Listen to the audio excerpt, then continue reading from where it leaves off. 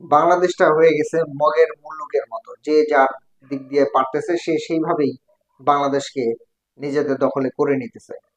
অর্থাৎ মানে পুরোপুরি ভাবে যদি পরিষ্কার ভাবে বলতে যাই যে আসলে বাংলাদেশ এখন গনিমতের মাল হিসেবে পরিণত হয়েছে। তো কিভাবে, যেমন 5ই আগস্ট যুদ্ধ হয়েছিল, তো সেই যুদ্ধে যেহেতু বাংলাদেশ জয়লাভ করছে, সেই ক্ষেত্রে যোদ্ধারা এখন বাংলাদেশের আনাচে কানাচে যে যেভাবে পারতেছে দখল করে নিতেছে। তো সেই ক্ষেত্রে রাজনৈতিক দলগুলো বিভিন্ন মন্ত্রণালয় কিংবা নগর ভবন কিংবা সিটি কর্পোরেশন ভবনগুলো বা টেম্পু স্ট্যান্ড, বাস স্ট্যান্ড এগুলো দখল করা নিয়ে ব্যস্ত। তো আজকে আমি যে বিষয়টা নিয়ে কথা বলতে চাচ্ছি সেটা হচ্ছে ইশরাক আহমেদের এই শপথ গ্রহণকে কেন্দ্র করে। তিনি গত 20 দিন ধরে নগর ভবনের সামনে আন্দোলন চালিয়ে যাচ্ছেন তাকে যাতে শপথ গ্রহণ করানো হয়। তিনি যদি শপথ গ্রহণ করে এই সিটি কর্পোরেশনের চেয়ারে বসেন, তাহলে এই হবে বাংলাদেশের ইতিহাসে প্রথম একজন ব্যক্তি যিনি নির্বাচন ছাড়াই, একেবারে মানে প্রতিদ্বন্দ্বী থাকা সত্ত্বেও নির্বাচন ছাড়াই তিনি জয়লাভ করেছেন এবং ক্ষমতার আসনে বসেছেন। বিষয়টা কিন্তু এরকম হয়ে দাঁড়ায়। তো তিনি এতদিন ধরে যে নগর ভবনের মধ্যে যে আন্দোলন চালিয়ে যাচ্ছেন, এতে করে সরকারি সকল ধরনের সিটি কর্পোরেশনের কাজ ব্যাহত হচ্ছে এবং বহিরাগতদের কোনোভাবেই সেখানে ঢুকতে দেওয়া হচ্ছে না। এবং এই ঢুকতে না দেওয়ার ফলে সেখান থেকে কোনো কাজ করা হচ্ছে না। তো এতে করে আমাদের দেশের যেমন ক্ষতি হচ্ছে এবং সিটি কর্পোরেশনের যে কাজগুলো আছে সেগুলো কিন্তু ব্যাহত হচ্ছে। তো এই যদি হয় একটা প্রধান রাজনৈতিক দলের বাংলাদেশের বর্তমান অবস্থার পরিপ্রেক্ষিতে এই যদি হয় একটা রাজনৈতিক দলের অবস্থান, তাহলে আসলে বলে বোঝানোর মতো না।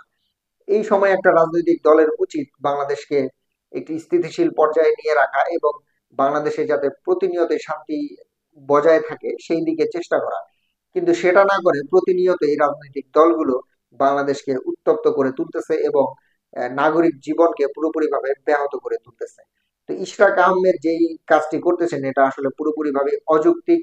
এবং আমি মনে করি যে আসলে তাদের যদি, যেহেতু পিছনে নির্বাচনগুলোতে তারা জয়লাভ করতে পারে নাই, তারা জনগণের সমর্থন নিয়ে সামনের দিনগুলোতে যাতে নির্বাচন হয় এবং সেই নির্বাচনে অংশগ্রহণ করে যাতে সেখানে জয়লাভ করে। যদি মাঠে খেলার মানে আগ্রহী যদি থেকে থাকে, তাহলে অবশ্যই মাঠে নামতে হবে। উপর থেকে বসে খেলা দেখে দেখে দেখে শুধু সেখানে ইনস্ট্রাকশন দিয়ে গেলে হবে না। খেলতে হইলে মাঠে নামতে হবে। এখন বিগত সময়ে যে নির্বাচনটি হয়েছে এবং সেটার ব্যাপারে তিনি হাইকোর্টে বা আদালতে রিট জারি করেন। তো সেই ক্ষেত্রে সেই নির্বাচনটিকে কিন্তু বাতিল করার কথা বলা হয়েছিল। কিন্তু এটা এমন ভাবে উল্লেখ ছিল না সেই নির্বাচনে তিনি অংশগ্রহণ করেছেন, সেখানে ভোট কারচুপি হয়েছে, তার বিনিময়ে তিনি আহ, জয়লাভ করতে পারেন নাই।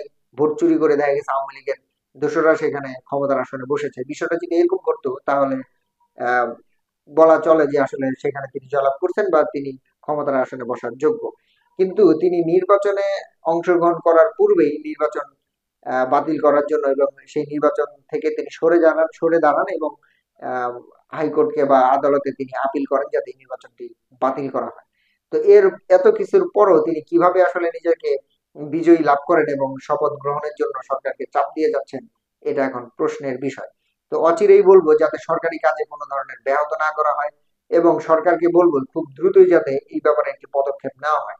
বিগত সরকার যেমন ভাবে তাদেরকে আইন শৃঙ্খলা বাহিনী দিয়ে পিটিয়ে সরানো হয়েছিল, ঠিক সেভাবেই আমার মতে তাদেরকে পিটিয়ে সেখান থেকে সরিয়ে দেওয়াটাই উচিত। তাদের জন্য আমাদের নগর নগর জীবনটি পুরোপুরি ভাবে ব্যাহত হচ্ছে এবং প্রতিনিয়তই কষ্টের মধ্য দিয়ে যাচ্ছে। অবশ্যই রাজনৈতিক দলগুলোকে বলবো যাতে করে এই বিষয়গুলো খেয়াল করে নগর জীবনের প্রতি যাতে কোনো ব্যাহত না ঘটে এবং মানুষের যাতে শান্তিতে বসবাস করতে পারে এই বিষয়টি লক্ষ্য